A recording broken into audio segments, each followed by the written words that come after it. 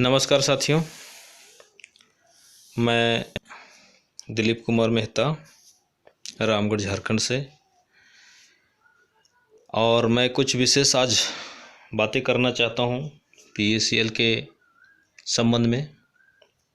साथियों, बात ये है कि जिस प्रक्रिया से लोग भ्रमित होके या हम आप सभी जो भोले भाले निवेशक हैं और एजेंट हैं उनको भ्रमित किया गया है, इस मैटर के बारे में मैं कुछ दो शब्द बोलना चाहता हूं। सर, भारत के उन पीएसीएल के सभी पीड़ित एजेंटों से निवेदन है कि समस्या आपका है, आपको इस मैटर को बारीकी से समझना है। अगर आज नहीं समझे, इतने दिन बीत गए भैया और बीत जाएंगे। इसलिए जो भी गद्दार देश का, चाहे वो सेबी के लिए काम कर रहा हो, चाहे मैनेजमेंट के लिए, चाहे अन्य किसी करप्शन के लिए काम कर रहा हो, वैसे लोगों से आप रहें सावधान।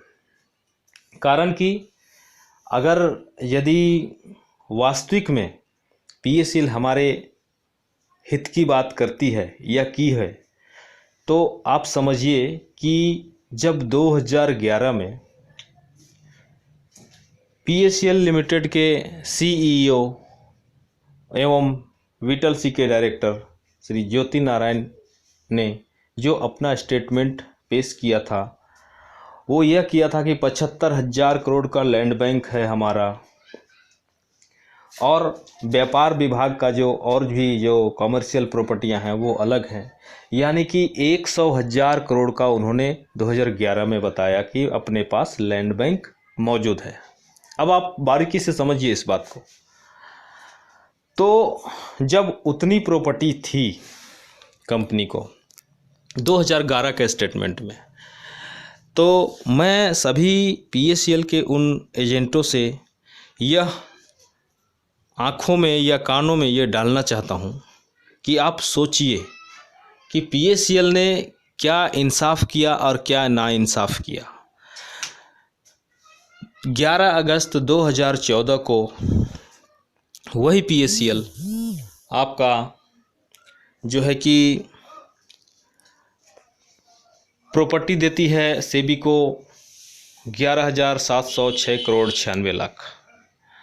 अब सोचिए कि जब 2011 में उतनी बड़ी प्रॉपर्टी ज्योति नारायण ने बताया, लगभग 100,000 करोड़ का, 75,000 करोड़ का वो, और बाकी और भी कमर्शियल प्रॉपर्टी मिला के हम लेके चलते हैं 100,000 करोड़।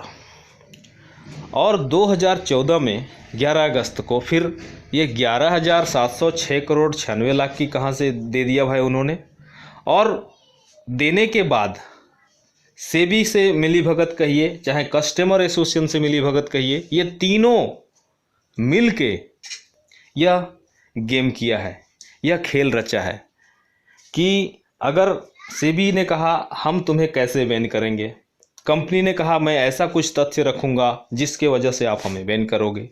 जैसे मैं रखूँगा 11,706 करोड़ 96 लाख, तो आपका एक बहाना बन जाएगा कि भाई 49,100 का लायबिलिटी दिया है और 11,706 करोड़ 96 लाख का मूल्यांकन की गई प्रॉपर्टी दिए हो, तो इस बहाने हमारा कलम भी नहीं फंसेगा, सेबी का ये कहना है। और उन्होंने 22 अगस्त 2014 को बैन कर दिया। अब यहाँ तक मान लीजिए कंपनी ने या आपका सेबी और कस्टमर एसोसिएशन ने जो भी खेल रचा, वहाँ तक वो लोग मान के चलिए कामयाब हो गए। अब कस्टमर एसोसिएशन की थोड़ी सी जिक्र मैं करता हूँ। वो कस्टमर एसोसिएशन जो 34 लोग जो कंप्लेंट किए कोलकाता सेबी में, वो लोग को कंपनी अब भी कंपनी उससे पेमेंट कर रही है। क्यों कर रही है भाई? जब उसको लगा कि ये कंपनी गलत है, तो फिर वही कंपनी उसको सैलरी दे रही है, पेमेंट दे रही है लाखों में, करोड़ों में। तो इस बात को आप समझ लीजिए कि ये तीनों मिले हुए हैं। अब आगे समझ लीजिए कि 11,706 करोड़ 96 लाख का जो 11 अगस्त 2014 में कंपनी ने सौंपा, तो उसके बाद 2015 में जब जनलोक प्रतिष्ठान लगी, AISO लगे, उसके बाद 16 में रिजल्ट आया कि नहीं से अब मतलब जो है कि फिर से एक रिपोर्ट कंपनी ने सौंपा कि नहीं, मेरे पास 49,100 नहीं 57,924 करोड़ कुछ प्रॉपर्टी कुछ देनदारी है मेरी। लेकिन जब वो देखा कि 57,000 करोड़ बढ़ाया तो कंपनी ने फिर एक नई चाल चली सिकंदर सिंह ढिल्लो के माध्यम से कि 1300 प्रॉपर्टियों को फिर से उसने अटैच करा दिया, ताकि लोगों को ये ना लगे कि मैंने लाइबिलिटी बढ़ा के दी सेबी को या लोढ़ा जी को 2016 के बाद, तो हमने प्रॉपर्टी भी बढ़ा दिया। उसने एक फॉर्मेलिटी निभाई 1300 प्रॉपर्टियों को दे करके, ठीक है। तो इस बात को जनलोक प्रतिष्ठान का वकील हो चाहे AISO का हो, इन सारे लोगों को ये मालूम है, लेकिन जानबूझ के इस मैटर को बड़े बड़े जो उधार लिए हुए सीनियर हैं उन्होंने इस मैटर को वकील को दबाने बोला, या वकील भी मिली भगत से दबाया इस बात को कि कंपनी को ना फोर्स किया जाए ताकि कंपनी बचे रहे। और उन्होंने सेबी को गलत ठहराया और सरकार को गलत ठहराया, और यहाँ तक कि चुनाव आयोग को भी चैलेंज किया, दीवारों में लिखवाया पहले भुगतान फिर मतदान, ताकि जो भोले भाले एजेंट हैं वो भ्रमित होकर हमारे पीछे आएँ और इन पर कार्रवाई होने से ये लोग वंचित रह जाएं।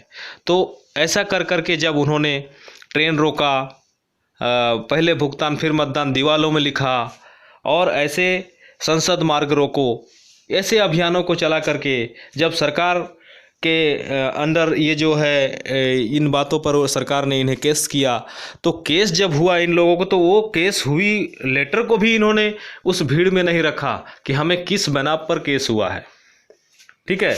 उन्होंने यह कहकर टाला कि देखो हम आपके निवेशकों के लिए हमने ये करी है, तो हमारे ऊपर देखो केस हो गया और वो केस का मैं तारीख जोड़ रहा हूँ, वो पैसा मैं अपने पॉकेट से लगा रहा हूँ, तो मैं क्या तुम्हारे लिए कुछ नहीं कर रहा हूँ, ऐसा बोल करके लोगों को भ्रमित किया।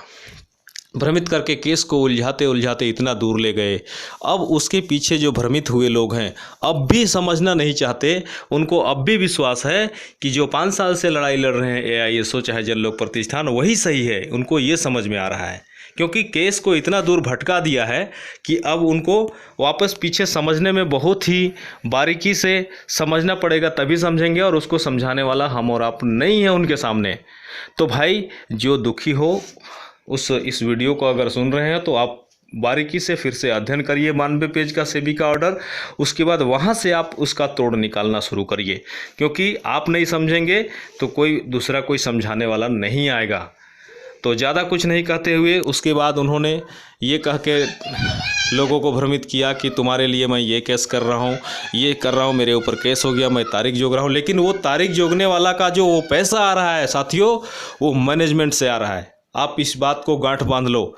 और वो मैनेजमेंट इन लोगों को जो रखा तो ये लोग अपने मंसूबे में कामयाब हो गए, और आज और हम और आपको आग के मुंह में झोंक रहे हैं और ये कह रहे हैं कि पेमेंट देगी। कुछ लीडर्स का ऐसा भी काम है कि जिन्होंने कुछ प्रॉपर्टियों पर कब्जा दिखा करके और कंपनी से पैसे लिए या जो उनका खेतीहर है उनसे पैसे लिए और 50% का हिस्सेदारी करके उस पैसे से लोगों को बस बुक किए, ले गए रैलियों में ले जाने के बाद उनको वीडियो बनवाए, फ़ोटो खिंचवाए, उन एजेंटों को फिर भ्रमित किए कि तुम्हारे लिए मैं ये कर रहा हूँ, जाओ निवेशक को ये दिखाना। लेकिन वो ये नहीं बता रहे कि 11,706 करोड़ 96 लाख का ही मात्र प्रॉपर्टी क्यों दिया। हम कंपनी के ऊपर चलो FIR करते हैं, या कंपनी से फिर से पूछते हैं, या उस वकील से हम पूछते हैं कि ये जानकारी उस वकील के पास थी या नहीं थी। तो साथियों अब भी आप लाइन में आइए, नहीं तो ये लोग पैसा नहीं दिलाएंगे। अगर सेबी के भरोसे कमेटी को जितना दिया ये लोग प्रॉपर्टी, उसके हिसाब से अगर कमेटी देगी पेमेंट, तो सिर्फ और सिर्फ 10 लोगों में से 3 लोगों को ही देगी, बाकी लोग को पैसे नहीं देंगे। और फिर बाद में बातें होंगी सर। इतना ही कहकर मैं अपना वीडियो को समाप्त करता हूँ। आगे जो भी होगी जागरूकता का अभियान मैं चलाऊँगा। धन्यवाद। जय हिंद, जय भारत।